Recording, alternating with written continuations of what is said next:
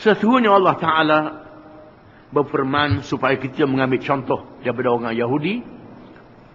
Merupakan satu kumpulan masyarakat majmuk yang ada di Madinah. Dalam keadaan mereka tak menganut Islam, mereka diizinkan duduk di Madinah bersama dengan orang Islam. Ditunjukkan kepada mereka hukum Islam yang adil. Tuhan berfirman, "Mathalul ladzina hummilut Taurata thumma lam yahmiluha kamathalil himari yahmilu asfara. Bi'sa mathalul qaumil ladzina kadzdzabu biayatillah wallahu la yahdil qaumaz zalimin." Bandingan orang-orang yang diberikan kepada mereka kitab Taurat, kemudian mereka tidak menunaikan tanggungjawab beramal dengan kitab Taurat, laksana binatang keldai yang dibebankan di atas belakangnya dengan kitab-kitab. Alangkah buruk bandingan golongan yang mendusta ayat-ayat Allah, dan Allah tidak memberi petunjuk kepada kaum yang zalim. Ayat ini menceritakan golongan ahli kitab. Ahli kitab ialah mereka yang ada kitab, iaitulah orang Yahudi yang ada kitab Taurat.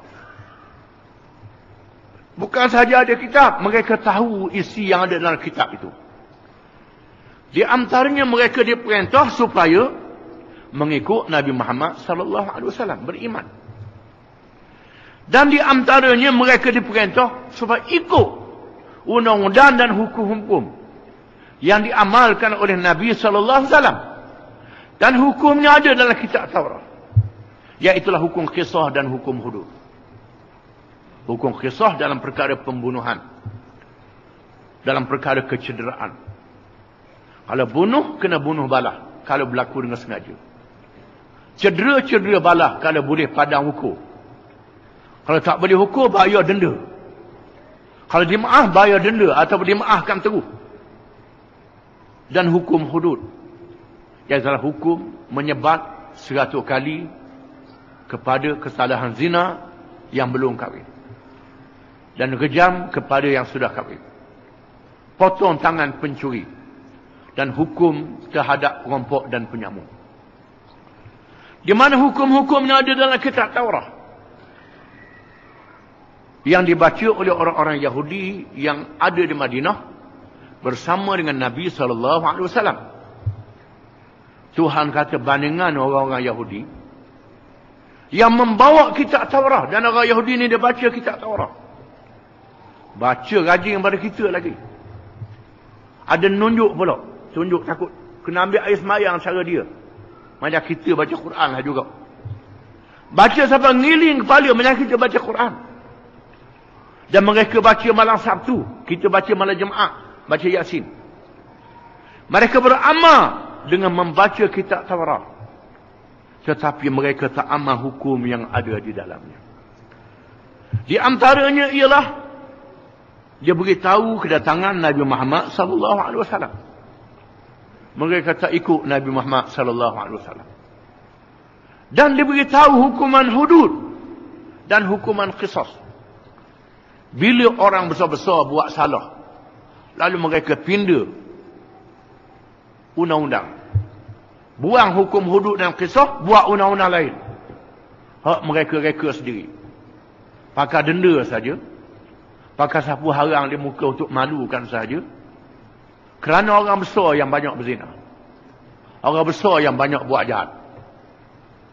Oleh kerana nak pelihara ke orang besar-besar ni, maka dipindah undang-undang hingga hukum Allah Ta'ala. Maka Tuhan kata bandingan orang-orang Yahudi yang bawa kitab Taurat tapi tak beramal dengan hukum yang ada dalam kitab Taurat, samalah seperti binatang keldai. Binatang keldai yang bawa kitab atas belakang, bawa saja-saja. Alangkah buruknya contoh kaum yang mendusta ayat-ayat Allah. Bodoh macam keldai. Keldai tak ada akal, dia ada akal, tapi tak ikut kitab Allah Ta'ala. Keldai dah masuk neraka, dia masuk neraka. Bodoh pada keldai lagi. Itulah bandingan mereka yang ada kitab Allah, tak beramal dengan kitab Allah. Ulama mengatakan al-ibratu bi'umumil lafzi la bi khususis sabab. Pengajaran diambil daripada lafaz yang umum, bukan sebab yang khusus. Walaupun ayat ini berkait dengan orang Yahudi, menjadi pengajaran kepada orang Islam. Begitulah juga orang Islam yang ada Quran. Ada hukum-hukum dalam Quran. Di antaranya hukum qisas dan hudud yang ada dalam Quran. Tak beramal dengan hukum yang ada dalam Quran, pakai hukum lain. Duduk bawa Quran saja-saja. Baca saja-saja. Samalah seperti binatang keldar yang bawa kita atas belakang, tak tahu apa yang ada atas belakang dia.